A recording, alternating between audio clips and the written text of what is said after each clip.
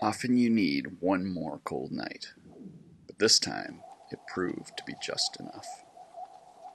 Several days of lead-up conversation and synthesizing forecast trends, ice observations, and multimedia scouting, we settled on a cross-province traverse from Hubbards in the south, crossing 5 lakes, to St. Croix in the north.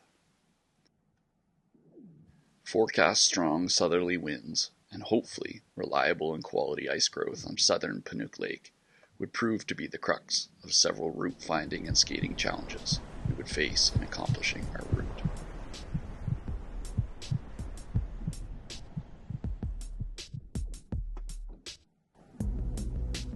We departed the south end of Dauphinee Mill Lake in a colorful sunrise, 10 plus centimeters of beautiful black ice, lightly snow dusted.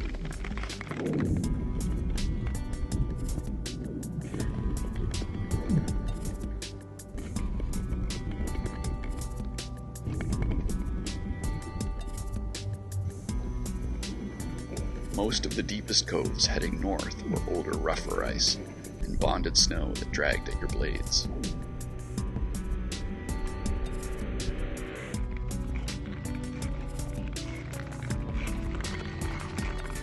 We were able to get up through the narrows into the north end, where traversing below the cliffs at the zoo brought us suddenly onto much thinner and more zippery 5 to 6 centimeter one-poke black ice, blanketed in light snow and frost roses, which masked the transition onto thicker generations.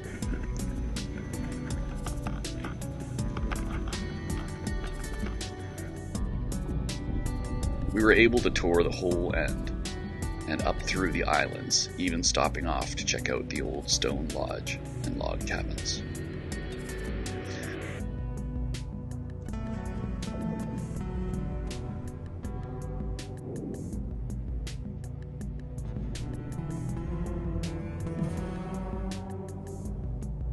A clever line of clouds swept across the sky and brought overcast skies to our portage up to Coolin Lake.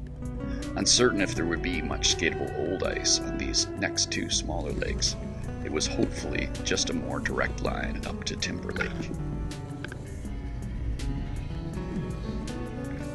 Several short portages were required to bypass open water at the pinches, and skating became more of a slog heading north into West Hayer Lake, and eventually the start of the Deadwaters, where the ice became greatly eroded by the current. Our second long portage went up and over several large rises of land before descending 2 kilometers later to the northeast corner of Timber Lake.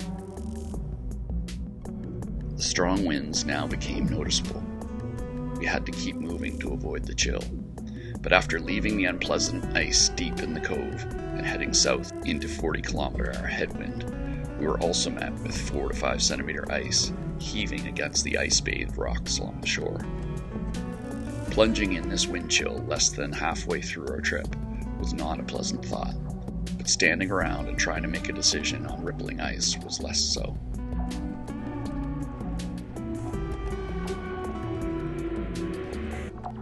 We decided to continue south into the wind and attempt further progress. This clearly was a late freezing generation that made us question what lay ahead in the mandatory passage of South Panuke Lake. Reaching Lee on the southern shore, we stopped at a beach for lunch and some decompression. The rest of Timber Lake was navigated with less thin sections, but instead finding a large stretch of thick black ice, windswept and tailwind up through craggy islands to complete a loop of the main lake.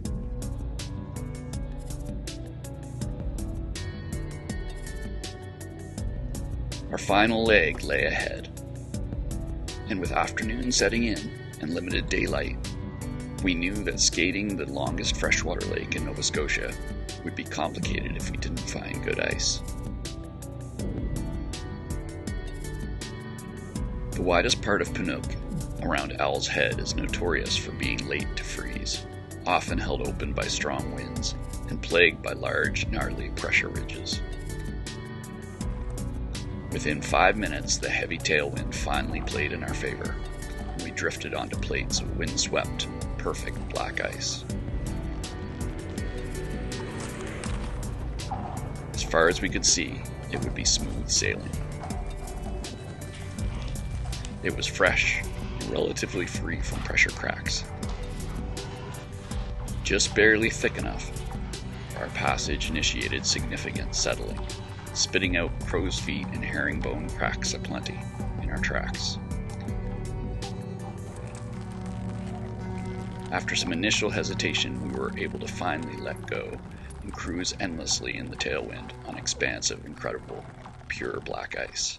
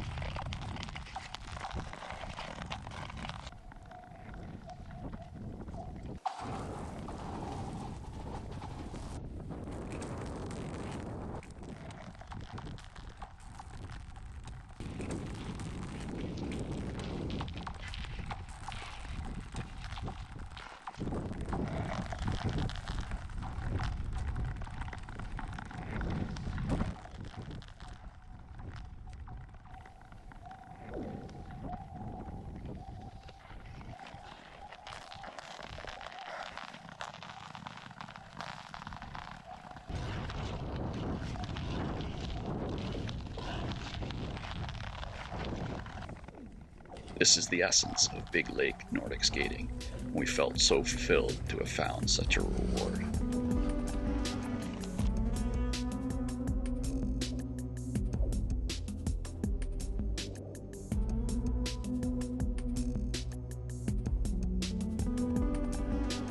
We scanned the tops of the old-growth eastern hemlock and white pine trees in the Panuke conservation area before picking our way through the narrows.